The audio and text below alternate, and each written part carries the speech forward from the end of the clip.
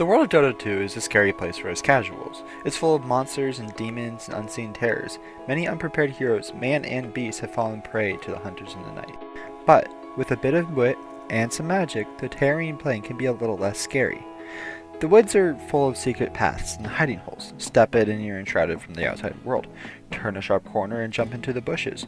All it takes is just a couple of seconds to teleport out or get in reinforcements. I made a map where you can find all of them, over 100. Some are imperfect with a sliver of vision in and out, but others are fully concealed, perfect for blink escapes or even just running through the trees. I'm personally really bad at remembering to use them, but even then they save my life at least 2 times every game, which adds up in gold, wins, and MMR. Glimmer Cape is the cape of a master illusionist, but in my pubs it's more like the cape of denial. Everyone buys it, no one uses it right. Glimmer Cape is fairly reliable. It gives your target invisibility, magic shield, and a small move speed buff. Where it lacks in duration, dispel ability, and the existence of dust, it makes up for it by being the cheapest save item in the game with only 9 seconds of downtime. So, effectively you can put 5 seconds of invisibility and a 375 shield on your allies every 14 seconds. Compare that to Pipe of Insight, which is 425 magic shield every 60 seconds.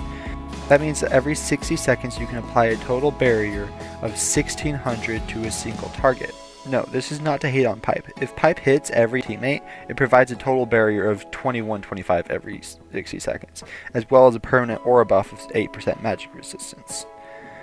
To circle back to the juke spots I mentioned earlier, I think the knowledge of those makes Glimmer Cape 10 to 50% stronger, because no matter where you are on the map, you always have a spot to go to and get a guaranteed escape barring true sight. Shadow Blade is the blade of a fallen king. It's like a slow glimmer but lasts longer. 16 second duration, 25 second cooldown. Really the 2 biggest perks of Shadow Blade is that it can't be dispelled. So if your enemy has nullifier, you can upgrade it to Shadow Blade and force your enemy to waste a slot on dust. It can be upgraded even further to Silver Edge, which is a nice chunk of damage and breaks if necessary. Yule's Scepter of Divinity. A mysterious scepter passed down through the ages. Its disruptive winds can be used for good or evil. I both love and hate this item. It's dispellable, essentially guarantees your death whenever there's more than one enemy, but on the flip side, it is really strong one-on-one, or when you have your team around you, it dispels you. It can also be cast on enemies, which when you do, it deals 50 damage on returning to the ground, so on top of removing them from the fight for 2.5 seconds, it also cancels blink. I ranked it pretty low in reliability just because not only is it a great setup for your team, but casting Yules on yourself is great setup for the enemy team. Yules does hard counter Puck, Skywrath, and Ursa because either you self-cast or even Flare or Coil to get out of it completely, or you can Yules Ursa during Enrage and completely bypass his status resistance. The upgrade to Yules, however, Wind Waker is very reliable. One of the most busted items in the game, it allows you to cast on allies, has a shorter cooldown, and even allows you to move while cycloned. So unless they have a nullifier or 12 seconds of hard lockdown, you will never die. Ghost Scepter imbues the wielder with ghostly presence, allowing them to evade physical damage. That's its lore, and that also pretty much sums up what it does. It's a self-cast item that disarms you and gives you 4 seconds of complete immunity to physical damage, meaning auto attacks or certain spells like Bristleback Quills. It even hard counters a neutral item Fire Cloak. It has 2 main downfalls. It makes you take 40% amplified spell damage, and it can be nullified. Ethereal Blade is the upgraded version of Aether Lens and Ghost Scepter. While it can be nullified, it can be cast on enemies and allies as well as yourself. This means that you can disarm enemies so you don't need to worry about it getting spelled. It also makes the target take 40% more magic damage and slows 80% for 44 seconds, which is a pretty huge slow. Force Staff allows you to manipulate others, for good or evil. I love Force Staff, gives you good stats as well as being overall good for saving, escaping, or chasing. It does break trees, so it clears room for vision in some spots. I like to hold it, then push myself over cliffs when running from enemies just to make it take longer for them to get to me. Or even better, pushing them over the cliffs so they have to take the long way to rejoin the fight. Hurricane Pike. A legendary pike once held as royal sigil of the ancient Wyvern Riders. Hurricane Pike pushes yourself or allies 600 units. When cast on enemies, it moves both of you back or away from each other 450 units. Gives you 5 infinite range attacks that have 100 bonus attack speed. A quick note about Force Staff and Hurricane Pike. Number 1, Force Staff has a smaller cast range for allies and enemies, 600 for allies, 800 for enemies, but Pike is the opposite, 600 cast range for allies and 450 for enemies. Number 2, both can be cast on gyro missile, offensively and defensively. So if your ally is TPing out and missile is about to hit them, you can force staff it and it'll go straight through them and have to come back. Number 3, I really just have to rant about Hurricane's Pike's lore. Like, isn't that just the coolest thing? A legendary pike once held as the royal sigil of the ancient Wyvern Riders. Like, isn't that the coolest story idea? An ancient clan of Wyvern Riders just feels like such a cool thing. On top of that, they have the pike as their sigil, which, if you don't know, is an inscribed or painted symbol considered to have magical power. But it goes even further. In medieval magic, the term sigil was commonly used to refer to occult signs, which represented various angels and demons which the practitioner might summon. So we know that dragons have some form of magic or soul from the anime, so was the sigil the mark of a powerful wyvern? I don't know, man. I'm a rider, these things are just cool to me. Aeon Disc. A powerful artifact long ago smuggled out of the Ivory Incubarium, or so many believe. In case you didn't know, the Ivory Incubarium is the place where they incubated the oracles.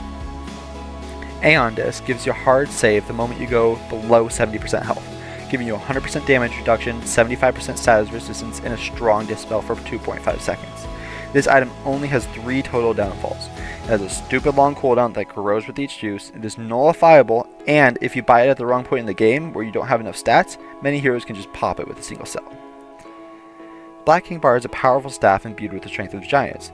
It is the one true self-save item. It gives you 9, 8, 7, 6 seconds of debuff immunity and 60% magic resistance, barring a few heroes and Abyssal Blade. Nothing can disable you, including nullifier. Therefore, if the enemy has nullifier, you can use items that would normally be dispelled. BKB has some really cool lore found in various heroes' voice lines. Dawnbreaker says, "All that remains of a wretched foe." Muerta says, "The Black King's life pales in the shadow of this bar." And for my personal favorite line, Crystal Maiden says, "The echoes of the Black King's reign will ring until the end of time." Nullifier is a dangerous weapon, pilfered from an inverse dimension. Nullifier is also the one true fear of supports. It removes your ability to escape almost entirely by constantly dispelling you for 4 seconds. But, as with other things, we have options. You can buy items to counter it, or upgrade items to fight back. The strongest thing about it is that there is no one true counter to it, and that it counters everything, it seems.